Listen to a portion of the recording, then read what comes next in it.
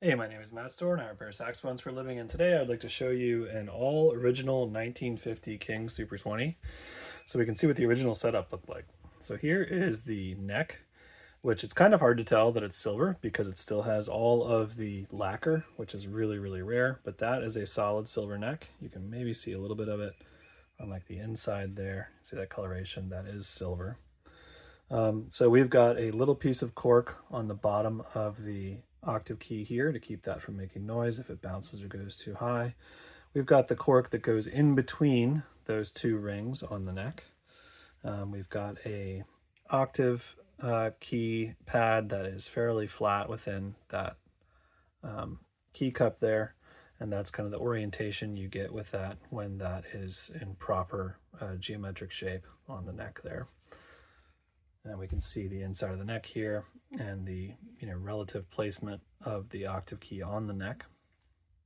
See also we've got that little spacer right there between the neck screw and the ferrules here. A lot of times that's missing. All right, so I'm going to set this neck aside so we don't accidentally touch it, get it in the way. So this horn is about as pristine as I've ever seen. And actually, when I first opened this up, I thought that what I was looking at was an extremely good reed lacquer until I actually put it in my hands, and I can see that it is just absolutely all original. It's just that the case hasn't really been opened, so the lacquer doesn't seem to have oxidized at all, and it's just a little brighter than I'm used to seeing. We can also see that we still have lacquer on top of the pearls. This is a fully pearled instrument, both on the pearls on the stacks and of course the palm keys and so forth. But they're not even worn, so it's kind of hard to see that that is lacquer. But when I sort of play the light across it that way, we can see. So anyhow, there's the key heights you're looking at for the lower stack. The low C is fairly open, right around there. The low B and B flat are fairly open, right around there. Low C sharp tops out, a very similar height to the low C, B and B flat. The low E flat, you can see there's your cut cork there on the bottom of the chromatic F sharp and the E flat. And if I open that up, it's fairly open, topping out right around there. Now if we look at the chromatic F sharp, moderate height right around there, just a little bit above that key guard. Side B flat and side C, fairly open. And that is the way they've got that adjustment material set up there is, a little bit of clear tubing, a little bit of cork on the bottom. That clear tubing, as you can hear, tends to get noisy over time, but hey, we're looking at an instrument that is 74 years old with its original materials, and it actually still plays. So if we look at the octave mechanism, you can see we've got a cork on the bottom here. Sounds like we're missing a cork. We are.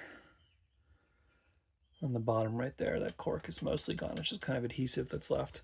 We've got a leather wrap right here on the octave mechanism. That does tend to work pretty well, especially if you put a little bit of cork grease on leather wraps.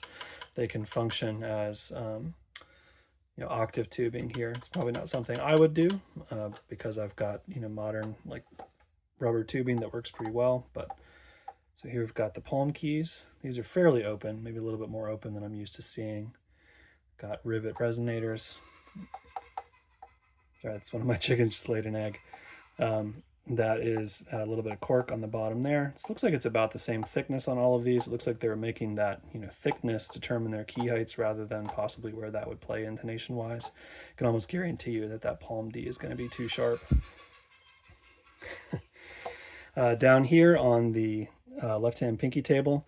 Now a lot of times you'll see, let's see, is that leather? That is leather on top of that G sharp there where the B pushes down on it. Sometimes you'll also see some tubing on this, and this piece can be bent here so that it doesn't have as much lost motion, but there's a good bit of lost motion on this right now. The low C sharp has a little bit of cork on the bottom. Now, I think that that like extra little bit is original, but it could have possibly been added after the fact. We've got some leather on the bottom of the B flat there, where it interacts with the B and keeps those in time. For the G sharp, as far as where it actually interacts with the G sharp key, right here, we can see we've got leather on that sliding linkage. We've got cork on the bottom of the connecting bar for the bis and the G sharp from the right hand stack. On the right hand stack, on the back, I'm just going to show you the D. The rest of it's the same. If we're looking right here, we see we've got cork on the bottom and then cork on the top as well. That interacts with that bar there. And that's the way that is all across for the F, the E, and the D. Now for the upper stack, there's our heights there. Moderately open. There's the G down in there. We've got this white felt underneath the A, between the A and the bis, and between the front F and the B. A lot of times King has that white felt for these, and it's got like this kind of particular like heavy woven pattern. We've got for the front F, we've got leather. Let's see if it's, we can see it. Leather on the bottom of the, it's focusing on something different. Right over here, we've got leather on the bottom of the front F key. And then we've got cork on the top of the front F rocker. And that's how that mechanism is set up. For the G interacting with the octave key, we've got a little bit of a leather wrap, top and bottom, on the G key, and then a little bit of clear tubing on that octave stopper.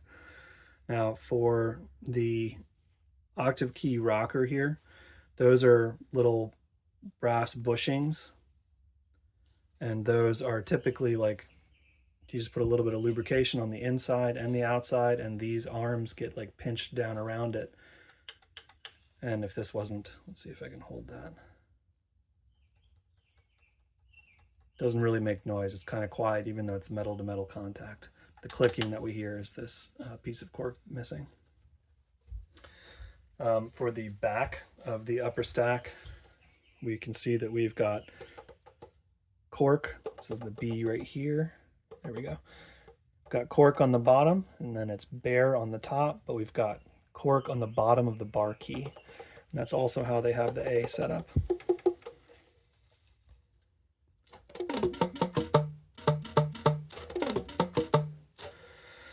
And there you have it. That is the original setup on a 1950 King Super 20 tenor saxophone. That's what they looked like coming out of the factory. I would say the palm keys on this one are a little bit more open than you might want, but the rest of these heights look like about how these play really well. The right hand stack might be, you know, if you wanted to, you could have it be a tiny bit closer. A lot of times people have these open really, really high.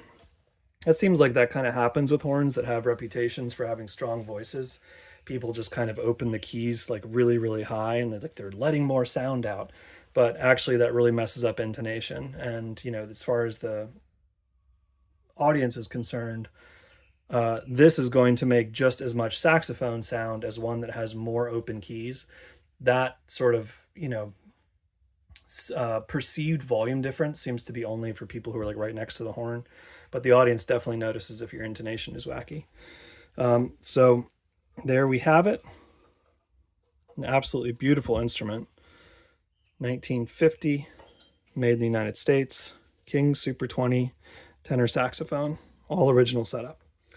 Hopefully you found that helpful, useful, and informative. My name is Matt Storr. I repair saxophones for a living. Thanks for watching.